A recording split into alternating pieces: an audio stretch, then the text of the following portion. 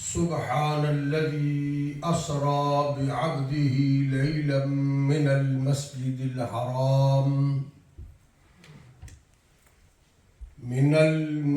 الحرام إلى المسجد الأقصى الذي باركنا حوله لنريه من آياتنا إنه هو السميع البصير. صدق الله مولانا العظيم وصدق رسوله النبي الأمين الكريم. وقال الله تعالى في شان حبيبه مخبرا وآمرا إن الله وملائكته يصلون على النبي يا أيها الذين آمنوا صلوا عليه وسلموا تسليما. الصلاة والسلام عليك يا رسول الله وعلى آلك وأصحابك يا سيدي يا حبيب الله. آپ حضرات نے درود پاک پڑھنے میں ساتھ نہیں دیا اور شاید آپ نے سید العالمین صلی اللہ تعالی علیہ وسلم کا فرمان عالی شان سنا ہو کہ جو مجھ پر ایک مرتبہ درود پڑھتا ہے اللہ اس پر 10 مرتبہ رحمت نازل فرماتا ہے. صحابہ سے رضی اللہ تعالیٰ عنہم حضور علیہ السلام نے فرمایا جانتے ہو دنیا کا سب سے بڑا بخیل بندہ کون ہے؟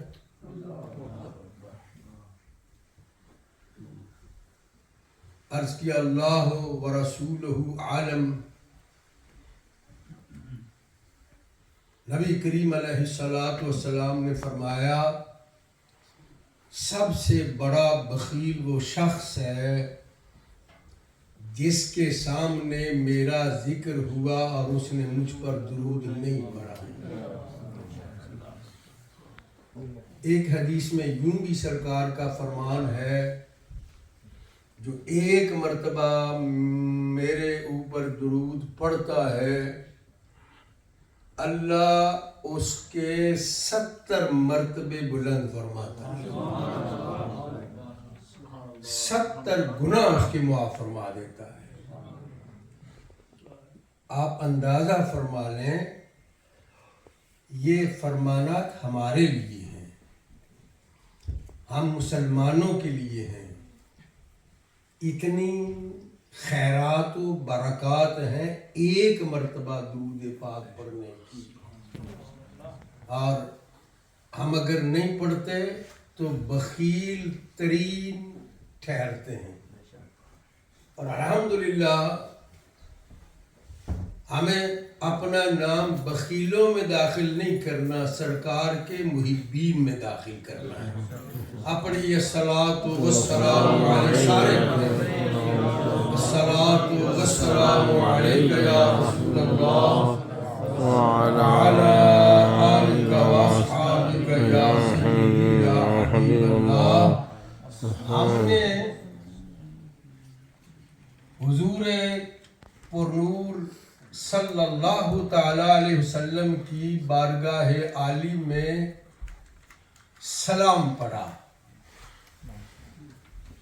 درود پیش کیا.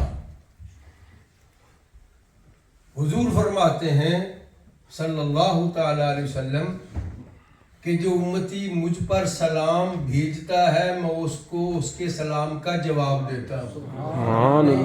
اس طرح سے نہیں بات. اے بیٹے میری طرف دیکھو,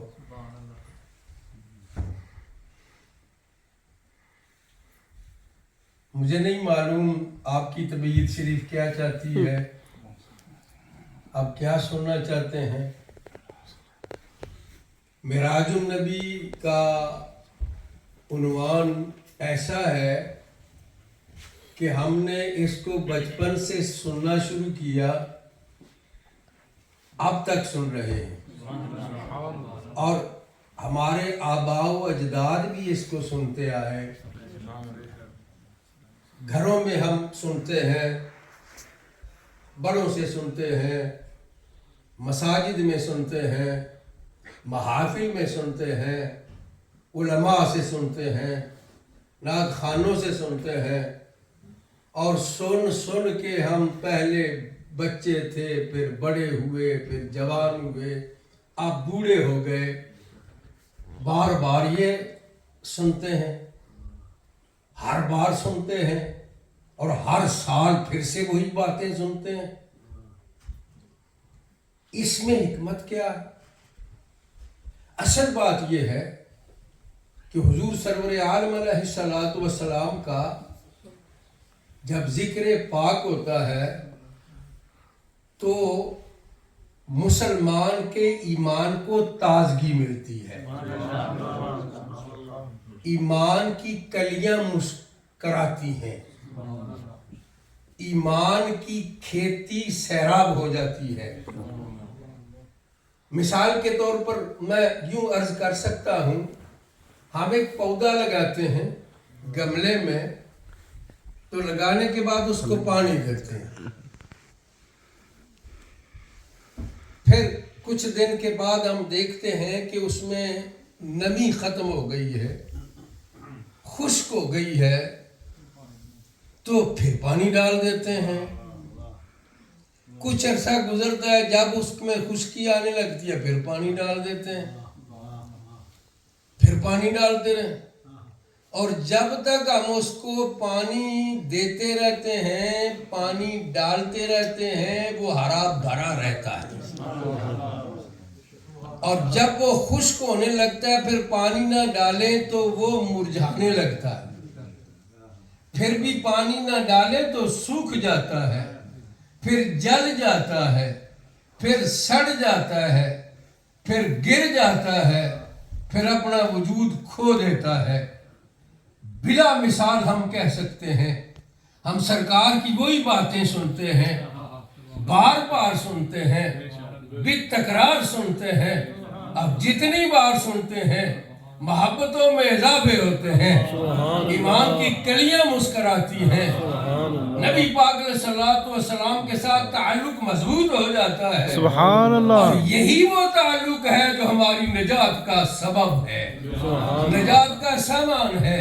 حضور کے ساتھ صلی اللہ تعالی علیہ وسلم جتنا مضبوط تعلق ہوگا، اس تعلق کی بنا پر رب کے ساتھ تعلق مضبوط ہو جائے گا، اور جس بندے کا رب تبارک و تعالیٰ کے ساتھ مضبوط تعلق ہو جاتا ہے، سبحان اللہ، پھر اس بندے کی کیا بات ہے، پھر اس کے لیے مسئلے سارے حل جو ہو جاتے ہیں۔ تو معراج کا جو مسئلہ ہے، توجہ میری طرف فرمائیں، چند منٹ کے لیے آپ کی سمع خراسی کرنا چاہوں گا، بہت لمبا بیان نہیں، اور آپ کا ذوق بھی کوئی اتنا ساتھ نہیں دے رہا، اس لیے آپ کا ذوق ساتھ نہیں دے گا تو میں تو ویسے ہی اتنا تقریر کرنے کا کوئی عادی نہیں ہوں۔ یہ معراج کا جو عنوان ہے یا واقعہ ہے، یہ صرف ایک معراج کی بات نہیں ہے، اس واقعے میں عقائد اہل سنت کا بیان بھی ہے، سبحان اللہ، مسائل اہل سنت کا بیان بھی ہے، اور اس میں آخرت کا بھی منظر سامنے آتا ہے، ہمارے اعمال کا بھی مسئلہ سامنے آتا ہے، اچھائی کے بدلے کس طرح ملتے ہیں یہ بھی سرکار نے ملاحظہ فرمایا ہے، اور برائی پر عذاب کس طرح سے دیا جاتا ہے یہ بھی سرکار نے ہمیں آ کے بتایا ہے۔ اب دیکھیں نبی پاک علیہ الصلوۃ والسلام فرماتے ہیں، مسلم شریف کی حدیث ہے، حضور فرمایا میں براق پر سوار ہوا، سب سے پہلے کھجوروں والی زمین آئی، جبریل نے کہا یہاں اترنا ہے، ہم وہاں اترے، عرض کیا حضور یہاں 2 نوافل ادا فرمائے، سرکار نے نفل پڑھ لیے. فرمایا یہ کون سی جگہ ہے؟ عرض کیا یا رسول اللہ یہ یثرب ہے. اللہ اللہ. یہ کھجوروں والی زمین وہ ہے.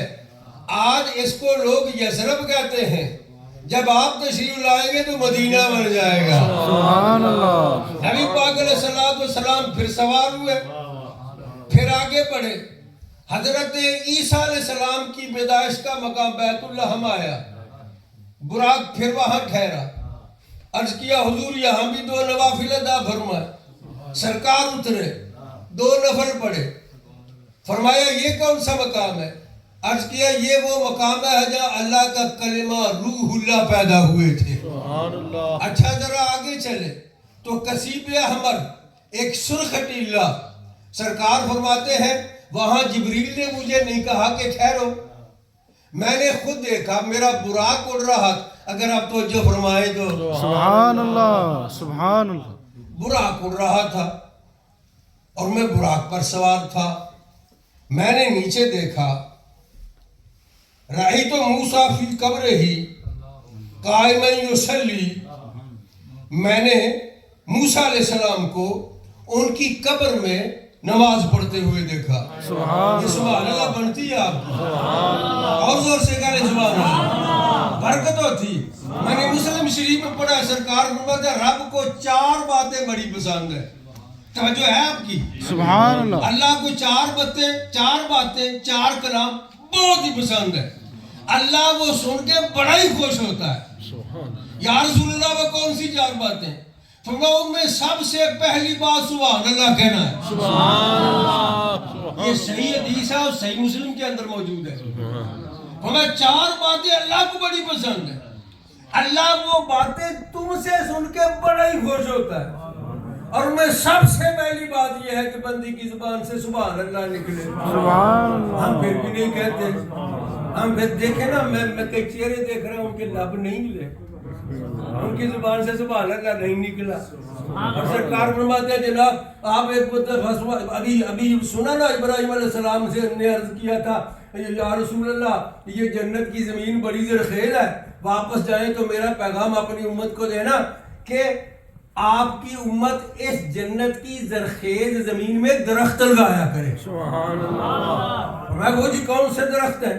فرمایا ان کو کہنا وہ سبحان اللہ پڑھتے رہیں, جتنی مرتبہ سبحان اللہ کہیں گے ان کے نام کا درخت جنت میں لگ جائے. سبحان اللہ. سبحان اللہ. کتنا سستا سودا ہے یار. ہم ٹکے کے لیے کتنے کھجل خراب ہوتے ہیں, کتنے پاپڑ بیلتے ہیں, کتنی تکلیفیں اٹھاتے ہیں. نہ سردی کی پرواہ کرتے ہیں, نہ گرمی کی پرواہ کرتے ہیں, نہ برف کی پرواہ کرتے ہیں, نہ ٹھنڈی ہواؤں سے ڈرتے ہیں. اور پھر نفع ہو یا نہ ہو, فائدہ ہو نہ ہو, کوئی گارنٹی نہیں ہے, کوئی ضمانت نہیں ہے. مگر یہاں ضمانت دیکھو کس کی ہے. سبحان اللہ. سبحان ضمانت اللہ. کس کی ہے اور ضمانت دینے والا کون؟ جتنا ضمانت دینے والا مضبوط ہوگا اتنی ضمانت پکی ہوگی. یہاں ضمانت دے رہے ہیں محمد مصطفیٰ سبحان اللہ. سرکار مدینہ صلی اللہ تعالی علیہ وسلم. فرمایا تم ایک دفعہ سبحان اللہ کہو گے تو جنت میں تمہارے نام کا خدا درخت لگا دے گا. سبحان اللہ. اس میں آتا ہے درخت اتنا بڑا ہوگا 500 سال 500 سال. عربی گھوڑا تیز رفتار گھوڑا دوڑتا رہے گا 500 سال, تو اس کے سائے سے باہر نہیں جا سکتا. ایک درخت اتنا لمبا چوڑا ہوگا. آپ دیکھیں جس نے ایک محفل میں بیٹھ کے سبحان اللہ 100 مرتبہ کہا ہوگا. اچھا ایک اور مزے کی بات یہ ہے, مزے کی بات یہ ہے, دیکھیں نا ہم یہاں کمائی کر کے نا تو پاکستان میں پلاٹ خریدتے ہیں ہے نا, اور کئیوں کے پاس پیسہ زیادہ تو کوٹھیاں بنا دیتے ہیں, رہتے تو یہاں اور کوٹھیوں میں کیا ہوتا ہے پٹھانا نو رکھے دے چوکیدار, او بھائی نسوار کھا کے تھوک دے.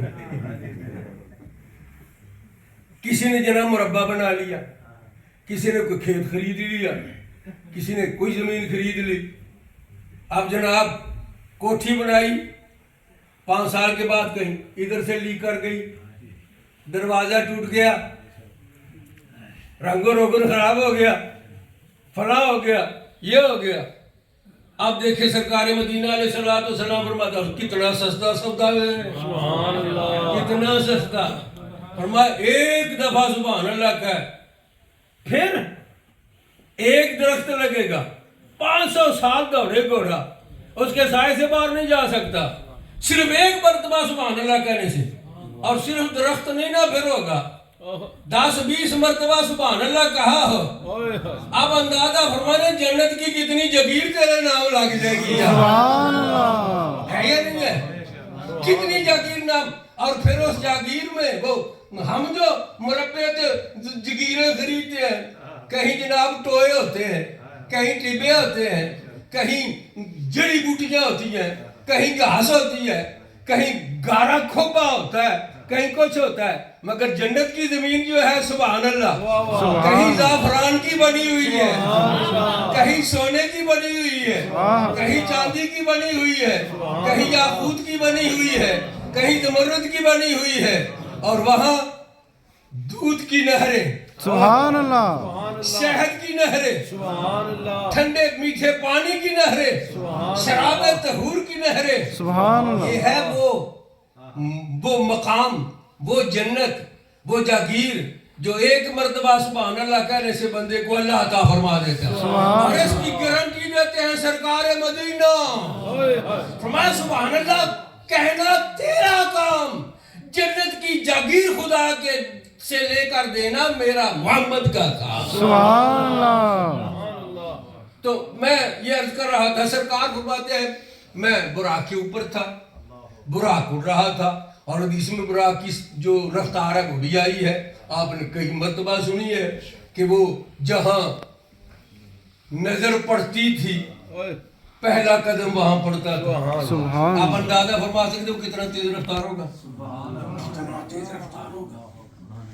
آج بڑا جدید ٹیکنالوجی کا دور ہے نا, بڑے طیارے تے, بڑے بمبار تے, بڑے تیز رفتار چیزیں ایجاد ہو چکی ہیں. مگر آج تک اور آج سے قیامت تک جتنی رفتار براق کی تھی, کوئی چیز اتنی تیز رفتار نہ پہلے بنی نہ آئندہ بن سکے گی. سرکار فرماتے ہیں وہ اتنی تیزی کے ساتھ اڑ رہا تھا اور میں اس کے اوپر سوار تھا. میں نے نیچے دیکھا تو قبر کے اندر, توجہ ہے کہ کوئی نہیں, سبحان اللہ, قبر کے اندر موسیٰ علیہ السلام کھڑے ہیں, نماز پڑھ رہے ہیں. میں حیران ہوں. آپ نے کبھی کسی تیز رفتار ٹرین پر سفر کیا؟ اچھا کئی ٹرینیں ہوتی ہیں جو ہر سٹیشن پر نہیں کھڑی ہوتی ہے نا, سٹیشن گزر جاتا ہے, وہ کھڑی اپنی رفتار کے ساتھ گزر جاتی ہیں. کبھی آپ نے مشاہدہ کیا ہو جس سٹیشن پر ٹرین نے نہ رکنا ہو, پلیٹ فارم پر کوئی بندہ آپ کا دوست کھڑا ہو, جاننے والا کھڑا ہو, وہ اپنی رفتار کے ساتھ ٹرین جا رہی ہو, آپ اس کو پہچان نہیں سکتے. وہ اتنا وقت ہی نہیں دیتی کہ آپ اس کو پہچان پائیں. اور وہ ٹرین براق کے مقابلے میں, براق تو اتنا تیز رفتار ہے کہ کوئی چیز اتنی تیز رفتار ہے ہی نہیں. اور سرکار فرماتے ہیں میں اس کے اوپر سوار تھا اور میں نے زمین کے اوپر نہیں, زمین کے اندر دیکھ لیا, قبر کے اندر. سبحان اللہ, سبحان اللہ, سبحان اللہ. اور قبر کے اندر دیکھ لیا یہ کھڑا ہونے والا کون ہے اور کھڑا ہو کے کر کیا رہا ہے. سرکار فرماتے ہیں میں نے دیکھا موسیٰ علیہ السلام. اچھا اس کو یہاں چھوڑے, سرکار پہنچے بیت المقدس میں. موٹی موٹی باتیں دو چار کر کے ختم کرتا ہوں. بیت المقدس میں پہنچے, سرکار جب اندر داخل ہوئے نا, تو موسیٰ علیہ السلام آگے. سبحان اللہ, سبحان اللہ, سبحان اللہ, سبحان اللہ. حضور براق پر گئے. براق اتنا تیز رفتاری کے ساتھ گیا ہے اور موسیٰ علیہ السلام کو پیچھے چھوڑ کے گئے. لیکن جب بیت المقدس مسجد اقصیٰ میں پہنچے ہیں تو موسیٰ علیہ السلام سرکار سے بھی پہلے وہاں پہنچ چکے ہیں. سبحان اللہ. معلوم یہ ہوا کہ نبی کی رفتار براق سے بھی زیادہ ہوتی ہے. سبحان اللہ. اچھا یہاں ایک اور بات بھی ہمیں غور کرنا چاہیے اس کے اوپر کہ اگر نبی کی موسیٰ علیہ السلام کی رفتار اتنی تیز ہے تو موسیٰ علیہ السلام کے امام کی کتنی تیز ہوگی؟ سبحان اللہ. سبحان اللہ. سبحان اللہ. سبحان ہے. یہ شان ہے خدمتگاروں کی. سرکار کا عالم کیا ہوگا؟ وہ پھر براق کیوں لایا گیا؟ دوسرے نبیوں کو حکم ملا کہ بھئی اپنی اپنی قبر، جتنے نبی تھے جتنے رسول تھے سب، اور نبی پاک علیہ السلام کے وقت میں صرف وہ نبی حیات تھے جو آسمانوں پر تھے. زمین پر جتنے نبی تھے وہ انتقال فرما چکے تھے، اپنی اپنی قبور میں تھے. اللہ کا حکم آیا کہ جو زمین میں ہو وہ بھی پہنچو اور جو آسمان پر ہو وہ بھی پہنچو. سبحان اللہ. سبحان اللہ. زمین والے بھی پہنچو، آسمان والے بھی پہنچو. وہ سارے پہنچ گئے. نبی پاک علیہ السلام جب وہاں پہنچے تو سب انبیاء موجود تھے. سرکار دو عالم علیہ السلام تشریف فرما ہوئے، اوپر والے بھی موجود، نیچے والے بھی موجود. سرکار نے پڑھائی نماز، اور اس سے پہلے کہ نماز پڑھانے کے بعد کیا ہوا اگلی بات سن لیں. نماز پڑھانے کے بعد آپ سرکار اوپر گئے نا، تو جتنے نماز پڑھ کے گئے تھے نا، جنہوں نے نماز سرکار کے پیچھے پڑھی تھی، سرکار جب آسمان پر گئے نا تو جو آسمان سے آئے تھے وہ سرکار سے پہلے پہنچ بھی گئے تھے. سبحان اللہ. سبحان اللہ. واہ واہ. وہ آسمانوں والے آسمانوں اپنے اپنے مقامات پر موجود تھے، چلے بھی گئے تھے. اور یہ سارا وقت کیا ہے؟ علماء سے پوچھئے. لیلن میں بستر بھی رہا گرم، کنڈی بھی ہلتی رہی، واہ واہ.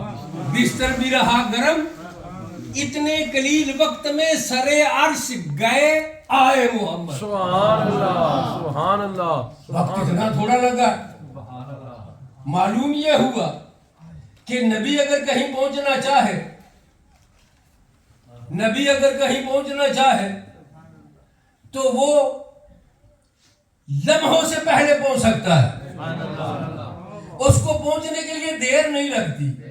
موسیٰ علیہ السلام پہنچنا چاہے قبر سے بیت المقدس میں تو دیر کوئی نہیں لگتی. آدم علیہ السلام پہنچنا چاہے قبر سے تو دیر کوئی نہیں لگتی. عیسیٰ علیہ السلام پہنچنا چاہیں آسمانوں سے تو دیر کوئی نہیں لگتی. اور یہ بیت المقدس سے نماز پڑھ کے اپنے اپنے مقامات پر جانا چاہیں تو دیر کوئی نہیں لگتی.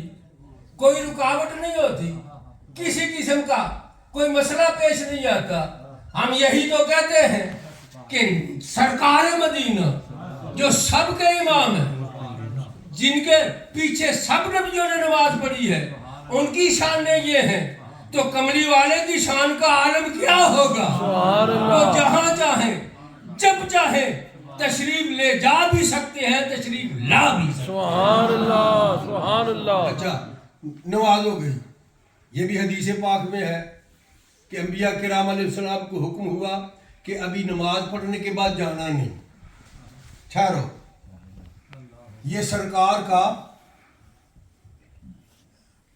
معراج پر تشریف لے جانا ہے، الوداعی جلسہ کرنا ہے. الوداعیہ جلسہ کرتے ہیں نا ہم لوگ رخصتی کا. ہمارے یہاں جلسے ہوتے ہیں نا، کوئی پاکستان سے آیا ہوا ہو، چاہے کوئی ٹوٹا پجا پولیس کا بندہ ہو، ریٹائر ہو، کوئی پرانا ایم ایل اے، کوئی گھرکار ہو، ہم جناب اس کے زمین آسمان کے کلابے میں جھوٹ بول بول کے اپنا نامہ اعمال بھی سیاہ کرتے ہیں، اس کا بھی کھانا خراب کرتے ہیں. یہ ہماری ایک رسم ہے، ایک بری بیماری ہے، چاپلوسی کا مرض ہے. یہ سب جھوٹ ہے، یہ دکھاوا ہے، ریاکاری ہے. نبی پاک علیہ السلام جا رہے ہیں معراج پہ، نبی سارے اکٹھے ہو کے جلسہ الوداعی کر رہے ہیں. جبریل امین اس جلسے کے سٹیج سیکٹری ہیں، وہ ہر نبی کا نام لے کے بلاتے ہیں، نبی اپنا اپنا خطبہ پڑھتے ہیں، آدم علیہ السلام آتے ہیں، اپنی باتیں کرتے ہیں، جی بڑی شان اللہ نے مجھے دی، مجھے سارے انسانوں کا باپ بنایا، نبوت عطا فرمائی۔ حضرت نوح علیہ السلام آتے ہیں، مجھے بڑی شان ملی، طوفان نوح سے میری کشتی کو سلامتی کے ساتھ اتار لیا گیا۔ حضرت ابراہیم علیہ السلام آتے ہیں، بڑی شان ہے جی، وہ گلزار ہو گئی آگ میرے اوپر۔ اسماعیل علیہ السلام آتے ہیں، جی بڑی شان ہے میری کہ اللہ نے چھری کے نیچے سے مجھے بچا لیا۔ یوسف علیہ السلام آتے ہیں، بڑی شان میری، اللہ نے مجھے حسن کا شہزادہ بنایا۔ حضرت موسیٰ علیہ السلام آتے ہیں، بڑی شان ہے جی میری، اللہ نے مجھے اپنا کلیم بنایا۔ عیسیٰ علیہ السلام آتے ہیں، بڑی شان ہے جی میری، مجھے اللہ نے اپنا روح قرار دیا، اپنا کلمہ بنایا۔ میں حیران ہوں، دیکھیں نا، ہم کسی کا الوداعی جلسہ کریں تو بات تو اس کی کرتے ہیں نا، واہ واہ، جس کو ہم رخصت کر رہے ہوتے ہیں، وہاں کھڑا ہو کے کوئی بندہ اپنی باتیں شروع کر دے، جی میں بڑا، ایسا ہوتا ہے کبھی؟ کیا ہوتا ہے؟ وہ جو جا رہا ہے نا، اس کے لیے ہم کہتے ہیں کہ یہ بڑا جناب پٹواری ہے، یہ جناب بڑا اس علاقے دا بڑا بدمعاش ہے،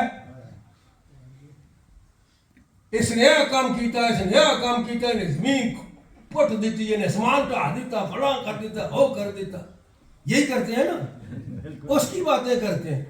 یہاں عجیب سا جلسہ ہو رہا ہے، جو اٹھتا ہے وہ اپنی بات کرتا ہے، بات تو سرکار کی کرنی چاہیے تھی، اور یہاں ہو یہ رہا کہ آدم اپنی بات کرتے ہیں، ابراہیم اپنی بات کرتے ہیں، اسماعیل علیہ السلام اپنی بات کرتے ہیں، عیسیٰ موسیٰ علیہ السلام اپنی بات کرتے ہیں، سب اپنی اپنی باتیں کرتے ہیں، اور جب یہ سارے باتیں کر کے بیٹھ جاتے ہیں تو حضرت جبریل امین علیہ السلام پکارتے ہیں کہ اب آتے ہیں، تشریف لاتے ہیں نبیوں کے امام محمد مصطفیٰ علیہ السلام۔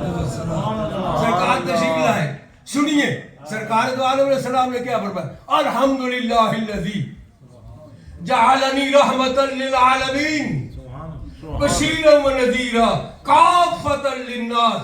فرمایا سب تعریفیں اس رب کے لیے ہیں جس نے مجھے سب کے لیے رحمت بنا کے بھیجا۔ سبحان اللہ، سبحان اللہ۔ اچھا، اس کا کیا مطلب تھا؟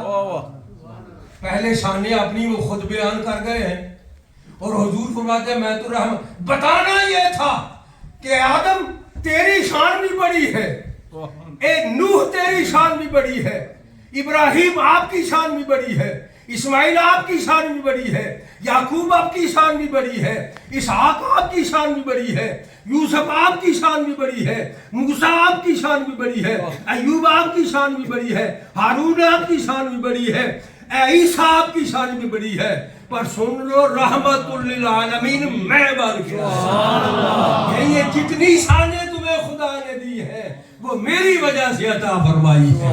قرآن مجید میں ایک سورت کا نام ہے سورت الانبیاء، پتہ ہے آپ کو؟ سورت الانبیاء یہ 17ویں سپارے کی پہلی سورت ہے، آدھا سپارہ ہے، اس کا جو دوسرا حصہ ہے نا، چوتھا رکوع، چوتھا پانچواں چھٹا، وَإِذْ قَالَ إِبْرَاهِيمُ، وہاں سے انبیاء کی باتیں، 3 رکوع ہیں، نبیوں کی باتیں ہیں، ابراہیم علیہ السلام سے شروع کیا، پھر یونس علیہ السلام کا ذکر ہے، یحییٰ علیہ السلام کا ذکر ہے، زکریا علیہ السلام کا ذکر ہے، سلیمان علیہ السلام کا ذکر ہے، داؤد علیہ السلام کا ذکر ہے، یونس علیہ السلام کا ذکر ہے، نوح علیہ السلام کا ذکر ہے، سب نبیوں کا ذکر فرمائے، اور آخری رکوع میں آخر پر جا کر کے نا اللہ نے فرمایا وَمَا أَرْسَلْنَاكَ إِلَّا رَحْمَةً لِّلْعَالَمِينَ۔ پڑھ لے قرآن، پڑھ لے، آج ہی کھول کے دیکھنا، آج ہی دیکھنا۔ پہلے نبیوں کی باتیں کی، سب کی کے معجزات بیان کر دیے، ان کے جو مقامات ہیں ان کو بیان کیا، اور آخر میں فرمایا وَمَا أَرْسَلْنَاكَ رَحْمَةً لِلْعَالَمِينَ، اے محبوب صلی اللہ علیہ وسلم ہم نے ان سب کے لیے آپ کو رحمت عالم بنا کے مبعوث کیا۔ اچھا اگلی بات ختم کروں میں، اب مجھے نہیں پتا، نبی کریم علیہ الصلوۃ والسلام آسمانوں پر چلے گئے، بیت المعمور میں چلے گئے۔ آپ کو پتہ بیت المعمور جو ہے وہ 7ویں آسمان پر فرشتوں کا قبلہ ہے، فرشتوں کا قبلہ ہے۔ نبی پاک علیہ السلام تشریف لے گئے، فرشتوں نے عرض کیا یا رسول اللہ بیت المقدس میں نماز پڑھائیے نبیوں کو، یہاں نماز پڑھائیں فرشتوں کو، سبحان اللہ سبحان اللہ یہاں نماز پڑھائیں۔ اور میں نے نا کل پرسوں کہیں بیان ہو رہا تھا اور مجھے بڑا عجیب سا لگا کہ قرآن مجید فرماتا ہے الی المسجد الاقصی من المسجد الحرام الی المسجد الاقصی، کہ یہ سیر جو ہے مسجد حرام سے مسجد اقصی تک ہے۔ اور ہم مسجد اقصی کو تو جانتے ہیں، یہ فلسطین میں ہے اور آج کل اسرائیل کے قبضے میں ہے، اس کو مسجد اقصی کہا جاتا ہے۔ وہ تو نام ہے اس کا، مسجد اقصی نام ہے اس مسجد کا، مگر اقصی کی کبھی آپ نے مانے ذہن میں ان کو لانے کی کوشش کی ہو؟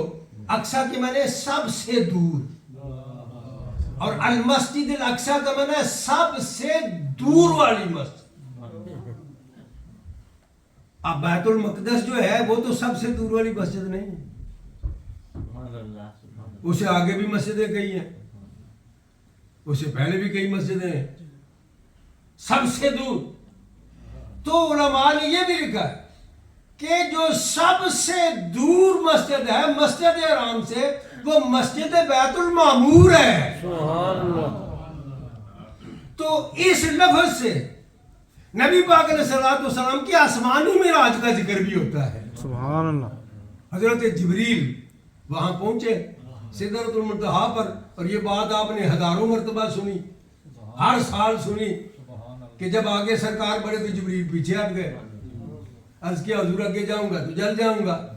نبی پاک علیہ السلام نے فرمایا ٹھیک ہے تم ٹھہرو، سرکار چلے گئے، ملاقات ہوئی۔ قرآن مجید میں اس کا بھی بیان ہے کہ کتنا قرب اللہ نے عطا فرمایا، وہ 50 نمازیں مل گئیں، سرکار لے کے آ گئے۔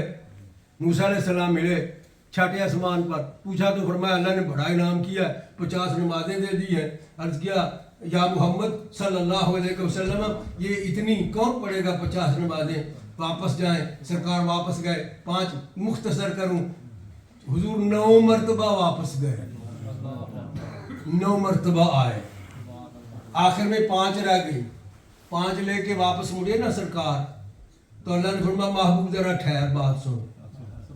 یا اللہ فرمایا میں نے جو لوح محفوظ میں لکھ دیا ہے نا وہ تبدیل نہیں ہوگا۔ اللہ میں نے لوح محفوظ میں آپ کی امت کے لیے 50 نمازیں لکھ دی ہیں، اب جا کے اپنی امت کو بتا دے کہ تم پڑھتے 5 رہنا، میں ثواب 50 کا دیتا رہا۔ سبحان اللہ۔ یہاں جو مسئلہ ہم نے جس پر غور کرنا وہ یہ ہے کہ سرکار گئے بھی آئے بھی 1 دفعہ نہیں 2 دفعہ نہیں 9 مرتبہ۔ اور جبریل کہاں تھے؟ سدرہ پر۔ کہاں تھے؟ وہی رستہ تھا، سرکار جاتے تھے اور سرکار سدرہ پر ٹھہرتے نہیں تھے، جاتے 6 آسمان پر آتے۔ موسیٰ علیہ السلام 6 آسمان پر ہے نا، سنتے رہیں گے ہونا، 6 آسمان پر ہے موسیٰ علیہ السلام۔ موسیٰ علیہ السلام سے ملاقات ہوتی، پھر سرکار واپس جاتے، جبریل سدرہ پر بیٹھے تھے۔ توجہ کوئی؟ سبحان اللہ۔ یہاں ایک نکتہ ہے، سرکار وہاں جا سکتے ہیں جہاں جبریل بھی پر نہیں مار سکتا۔ آپ دیکھیں نا، جبریل سے کوئی پوچھے بھئی آپ تو مکے سے ساتھ چلے ہیں، آپ کچھ بتاؤ حال معراج کا، تو جبریل تو یہی کہے گا نا کہ مکہ سے چلا تھا، بیت المقدس میں آیا تھا ساتھ، پھر آسمانوں پر آیا تھا، پھر سدرت منتہا پر آ کے رک گیا تھا. پھر اس کے آگے کیا تھا؟ بس میں تو محبوب کو جاتے دیکھتا تھا، آتے دیکھتا تھا، آگے کیا یہ میں نہیں جانتا. سبحان اللہ. یہ نبی کریم علیہ الصلوۃ والسلام کی عظمتیں ہیں. اللہ سرکار نے تو ایک آخری حدیث اور سن لیں، یہ ہمارے بہت ایک تو ہے سرکار کی محبت، اور سرکار کی محبت ہمیں عمل پر بھی اکساتی ہے. ہاں جی، سرکار کی محبت، یہ 5 نمازوں کا تحفہ سرکار لے کے آئے. کس کے لیے لائے؟ زور سے بولیے. ہمارے لیے.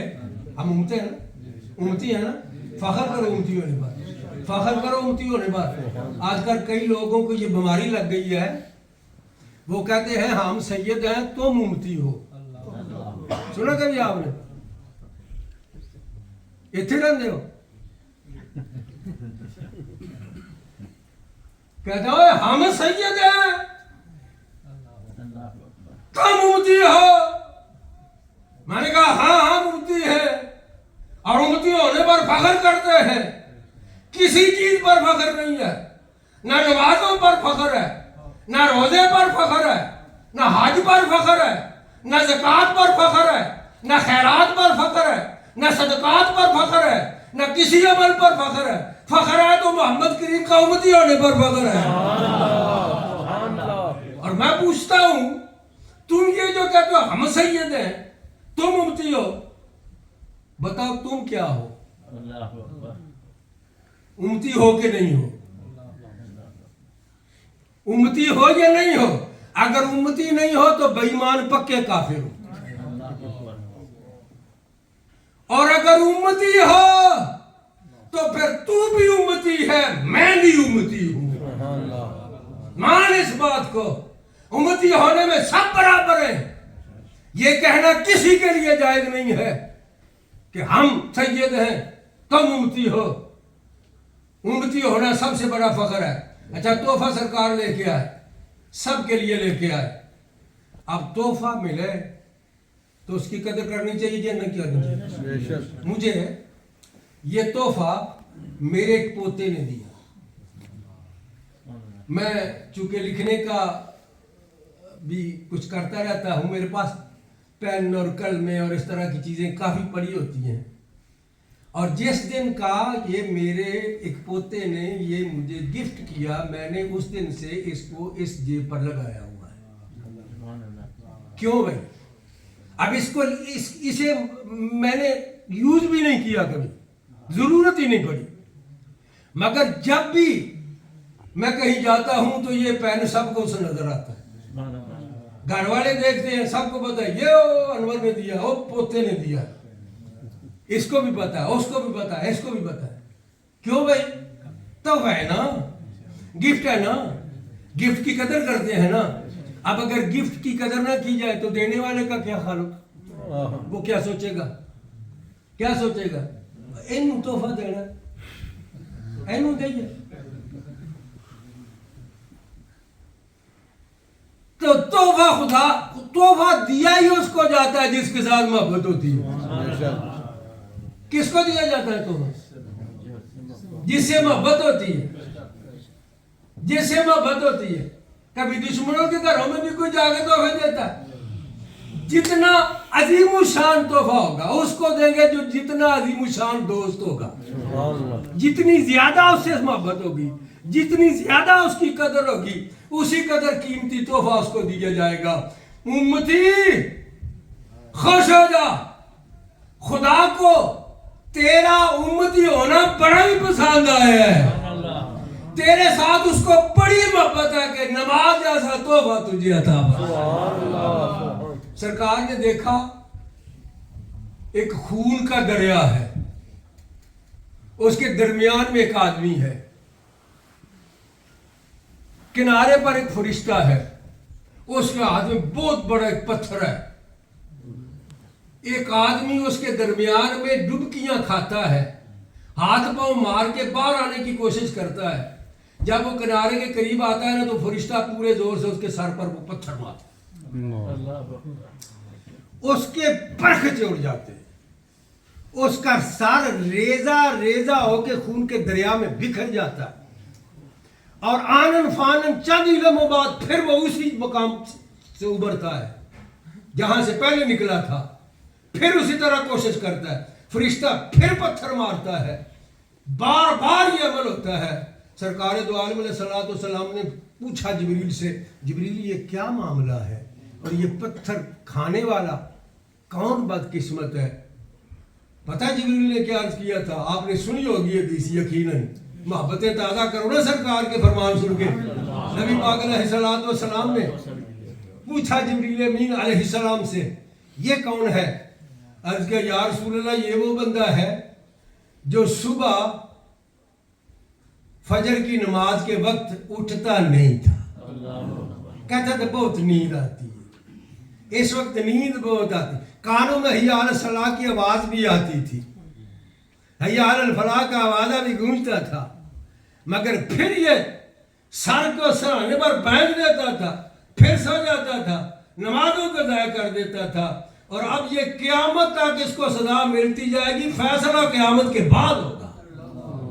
آپ اندازہ فرما لیں اتنی اہمیت ہے اس نماز کے تحفے کی اللہ رب العالمین۔ اچھا ابھی بیان کیا گیا حضرت ابوبکر صدیق کی باتیں، میں ختم کروں۔ 27ویں رجب کو سرکار کو معراج عطا فرمائے گی، ایسے ہی ہے نا؟